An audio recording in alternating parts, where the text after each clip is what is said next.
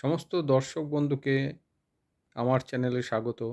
আজ আমরা এখানে নিউ টিডিএস রুল, যেটা ব্যাংক ডিপোজিট এবং পোস্ট অফিস ডিপোজিটের ক্ষেত্রে 1 এপ্রিল 2025 থেকে অ্যাপ্লিকেবল হবে, সে ব্যাপারে আলোচনা করব। 2025-26 ফিনান্সিয়াল ইয়ারে ব্যাংক ডিপোজিটের ক্ষেত্রে যে টিডিএস কাটা হয় তার ক্ষেত্রে কিছু পরিবর্তন ঘোষণা করা হয়েছে বিগত বাজেটে। বর্তমান নিয়ম অনুযায়ী আমরা জানি যে কোনো ব্যক্তি তার ব্যাংক ডিপোজিটের উপরে যদি 40,000-এর ঊর্ধ্বে ইন্টারেস্ট আর্ন করেন কোনো ফিনান্সিয়াল ইয়ারে, তাহলে 10% টিডিএস ডিডাক্ট করা হয়। কাদের ক্ষেত্রে? যারা সিনিয়র সিটিজেন নন। কিন্তু সিনিয়র সিটিজেনের ক্ষেত্রে 10% টিডিএস ডিডাক্ট করা হয় যখন টার্ম ডিপোজিটের অর্জিত ইন্টারেস্ট 50,000-এর অধিক হয়। কিন্তু আগামী ফিনান্সিয়াল ইয়ারে, অর্থাৎ 2025-26 ফিনান্সিয়াল ইয়ারে টিডিএসের এই যে থ্রেশহোল্ড লিমিট, সেটাকে বাড়ানো হয়েছে। যারা সিনিয়র সিটিজেন তাদের ক্ষেত্রে এই অ্যামাউন্ট 50,000 থেকে বাড়িয়ে 1 লাখ পর্যন্ত করা হয়েছে, এবং যারা সিনিয়র সিটিজেন নন তাদের ক্ষেত্রে 40,000 থেকে বাড়িয়ে 50,000 করা হয়েছে। অর্থাৎ আগামী ফিনান্সিয়াল ইয়ারে কোনো ব্যক্তির ফিক্সড ডিপোজিটের থেকে যদি ইন্টারেস্ট আর্নিং 50,000-এর বেশি হয়, যারা প্রবীণ নাগরিক নন অর্থাৎ সিনিয়র সিটিজেন নন, তাদের ক্ষেত্রে 10% ইন্টারেস্টের থেকে ডিডাক্ট করা হবে টিডিএস হিসেবে।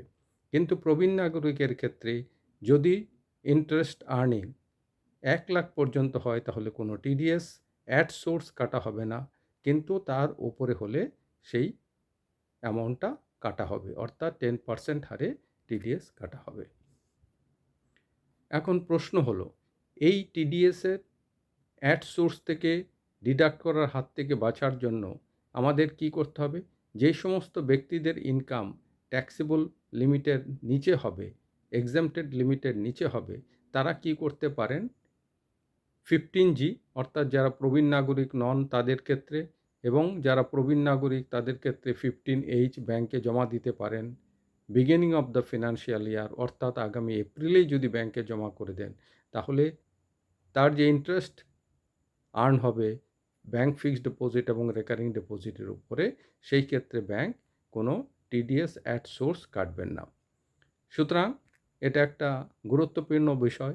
যারা ইন্টারেস্ট থেকে টিডিএস ডিডাক্ট করতে চান না, তাদের উচিত বছরের শুরুতেই সেই 15G অথবা 15H ব্যাংকে জমা করা, এবং এই জমা করার ফলে ব্যাংক বা পোস্ট অফিস তার অর্জিত ইন্টারেস্ট থেকে, ফিক্সড ডিপোজিটের ইন্টারেস্ট থেকে কোনো টিডিএস ডিডাক্ট করবে না।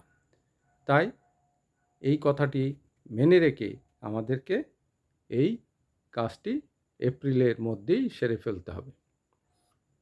আশা করি এই ভিডিওটি আপনাদের উপকারে আসবে, এবং যারা এই টিডিএস রুল সম্পর্কে ওয়াকিবহাল নয় তাদের ভালো লাগবে।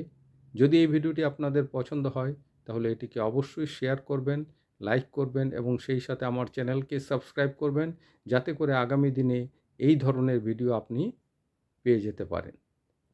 Thank you for watching.